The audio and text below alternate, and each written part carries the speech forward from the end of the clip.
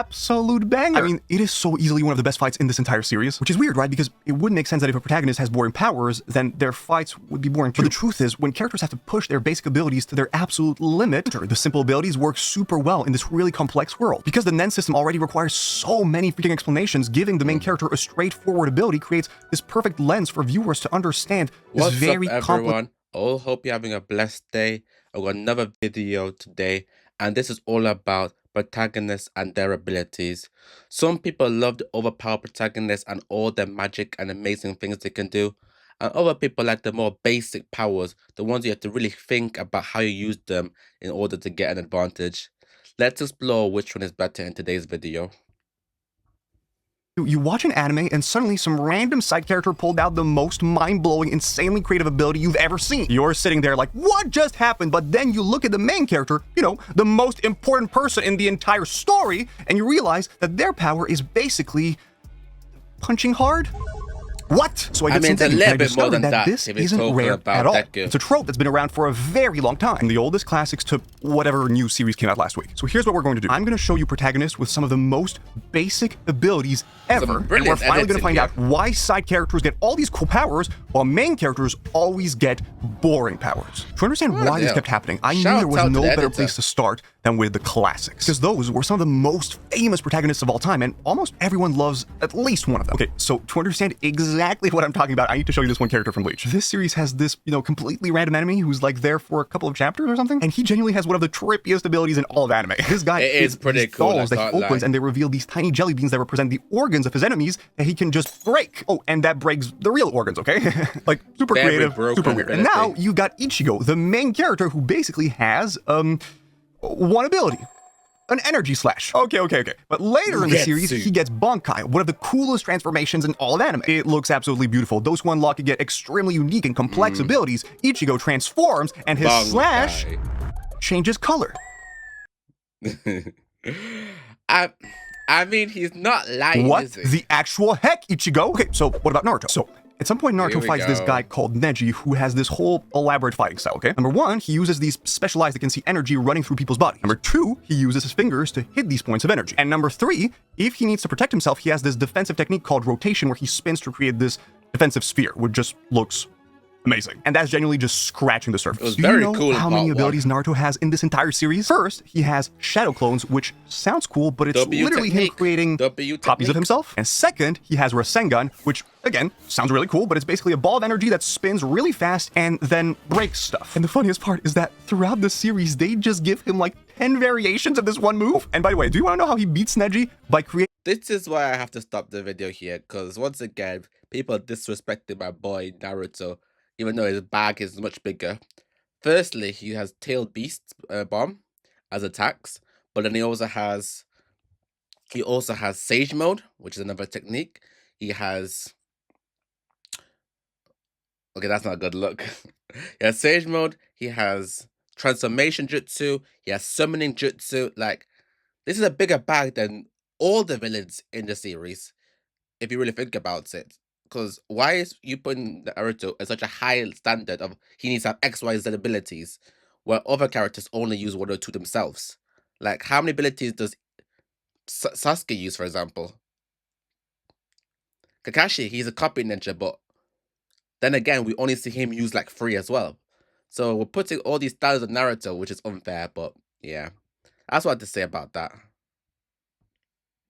A distraction and then punching him. Fist, face, and that's it. Okay, but what about Hunter x Hunter? I mean, this series is widely considered as the series with the best power system ever. Okay, so actually, I just remembered this one meme about this one character in Hunter x Hunter, and I'm just going to show it to you, okay? The explanation for the ability is, I've got a 10-second preview of the world, an ephemeral 10 seconds. If I keep my eyes closed, I continue to see a vision 10 seconds into the future, while I simultaneously relive the events I saw in the vision 10 seconds ago, like a parallel universe, followed by a graph that genuinely belongs in a science book. Listen, Hunter x Hunter is known as the series with the most complicated power system out there, so that's totally fine. I love it. I get it. But now, if you look at the main character Gon, his signature ability is called Jajanken, and it is literally based on rock, paper, scissors. Because a rock is him channeling all his aura into his fist to punch something. Paper is him shooting a ball of energy to punch something from far away. And scissors is a blade of aura to cut things. Like scissors. Standard. Yeah, the Pretty only valid. explanation that came to my mind was this. Okay, so remember when you were a kid, like, pretending to use these techniques? These simple powers translated perfectly into the real world because they were so easy to copy. Like, don't tell me that throwing a random Kamehameha or a Rasengan isn't, like, the most hype thing ever. And that's why these simple abilities are instantly recognizable. When a power is dead simple, it sticks to your brain in a way that complex abilities just don't. Except if you were that one kid pretending to be Neji, in which case, I wish I had your confidence. Okay, I don't think there's now I have the anyone first who's piece of the done puzzle, that, but these series started like 30 years ago, so that didn't explain why this was still a trope. Now, I looked into some newer anime and manga to see if they had different reasons, starting with arguably the biggest new gen shonen right now, Boruto. No, I'm kidding. Jujutsu Kaisen. Okay, so in the last couple of years, it's very possible that you've seen this character around. His name is Gojo, and he became one of the most popular characters in decades, I would say. And one of the reasons for his popularity is his limitless technique, which is basically an infinite barrier around him. And the word basically is very important here because this ability is so absurdly complex that people have made entire articles and videos just trying to explain how he works. Like, I kid you not, there's literally a video called Explaining Gojo's Infinity with Calculus. This is the level of complexity at which we're operating, okay? Now, Yuji, our main character, has no technique.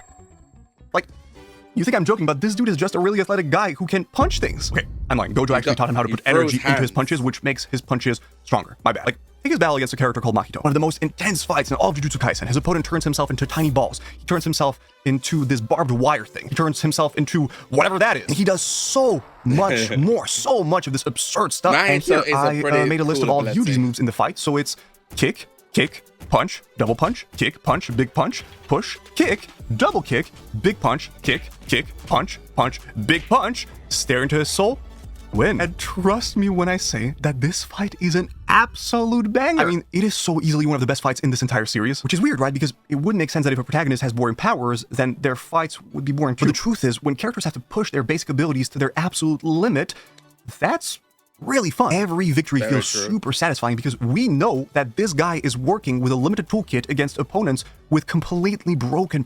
True. I just want to add, it almost adds the whole idea of being an underdog. If you have the weaker power, it's only through having the weaker power you can objectively be called the underdog. If you have the most broken power, you lose the underdog status, so you almost get less respect because you won when you're supposed to win. But what's cool is about winning when you're supposed to lose. That's where the epicness of these fights come from. And it kind of makes sense based off that, why they have the powers. It's why fights like Yuji versus Mahito become iconic. It's also why Gojo's best fight in Jujutsu Kaisen is the one where you don't know if he's going to win. And we can also see that in other series, like in the beginning of My Hero Academia, where Deku is basically just strong, and every time he uses his power, it even injures him, but his fights are still so freaking hype. And these boring powers is exactly what made these fights freaking hype. I now had one more piece of the puzzle. I couldn't believe that the explanation for all these boring powers was really as simple as the authors want cool fights. There had to be something I was missing. So I decided that the best way to get the final answer was to check out one of the only series that came out earlier than all the shows I previously mentioned and was still releasing chapters nowadays. It's a series that's one of the most popular, if not the most popular anime and manga of all time. One Piece. Okay, so Luffy from One Piece has the ability to turn his body into rubber. This means he has moves like stretching his arm for a long-distance punch, using both hands for a stronger punch, or even rapid-fire a bunch of punches. So now, look at someone like Law, another character from One Piece. He's out here creating these reality-warping spheres where he can literally rearrange people's body parts, swap personalities, teleport objects, slice someone without harming them, and perform what's essentially surgery with a freaking sword. What difference? To be honest, though, I kind of dislike this video a little bit, purely because he's picking such niche examples. Because if you think of someone like Kaido, what does he do? Punch, kick, and like swing like a cannonball. I think his weapon is. It's like, and he turns into a dragon. It's not that big. He literally put the most unique broken devil fruit there is, and start against Luffy's. Even though Luffy's is actually much more than it as well. But so I think it's an unfair comparison. Whether it's something like String, just basic as well, nothing more really to it. Without Flamingo, basic fire ice abilities, Akainu and Aokiji. Like, everyone has basic powers in the series. It's just that Law is like the most broken of the series, so it's unfair comparison to the average.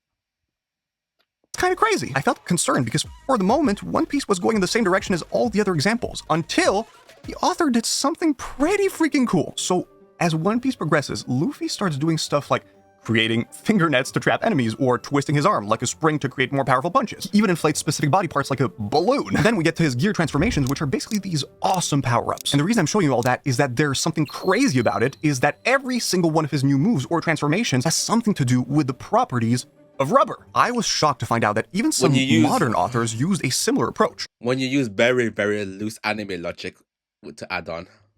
So Rudo from Gachiakuta has the power to give life to discarded objects, which basically means he can turn trash into temporary weapons or tools, for example, which is pretty simple. It's like you have a fork and then bam, it turns into a trident or something like that. So let's play a little game.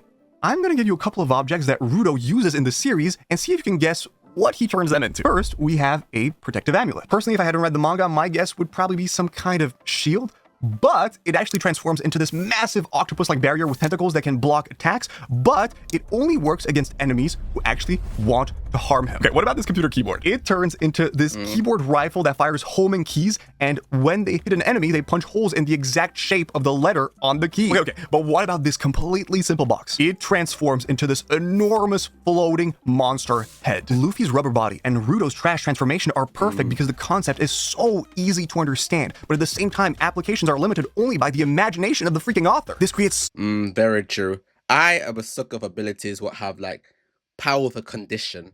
This is what makes, I think, the best part of JJK with the bounding vibes. Even this gotcha guy character, I've never watched it, but it sounds on the same premise.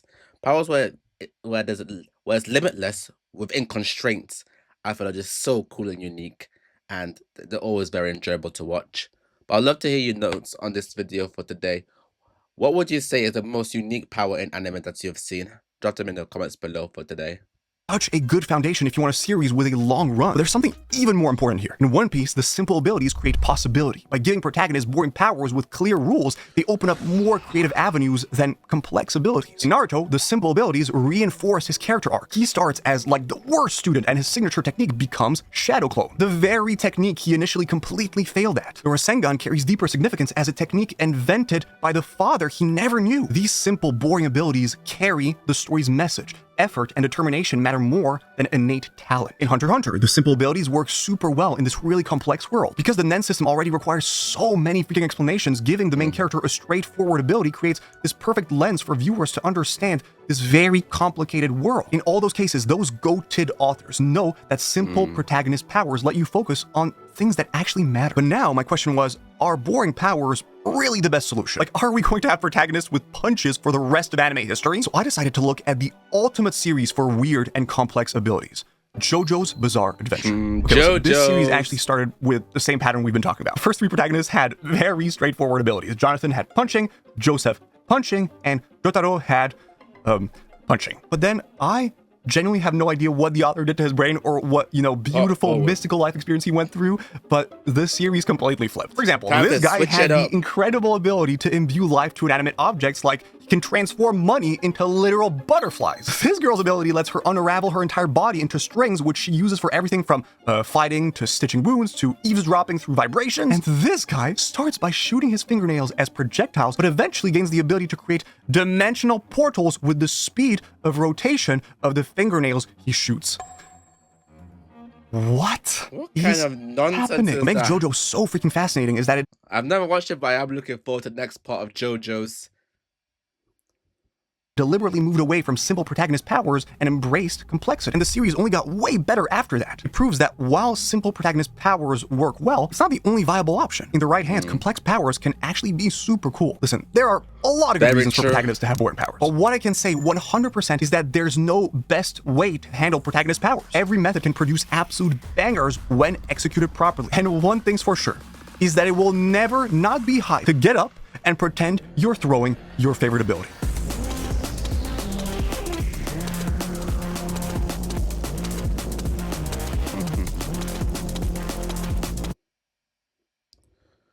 Very good video. Enjoyed it.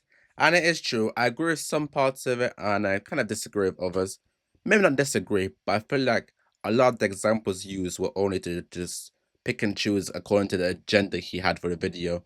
When equally true, you can say about certain villains in each of those other shows, they also have very basic abilities as well. For even like in One Piece, you have obviously like somebody like what's his name again? Rob Lucci. He just turns into a tiger and punches and kicks. Basically the same thing. And he's one of the most recent villains in the series as well.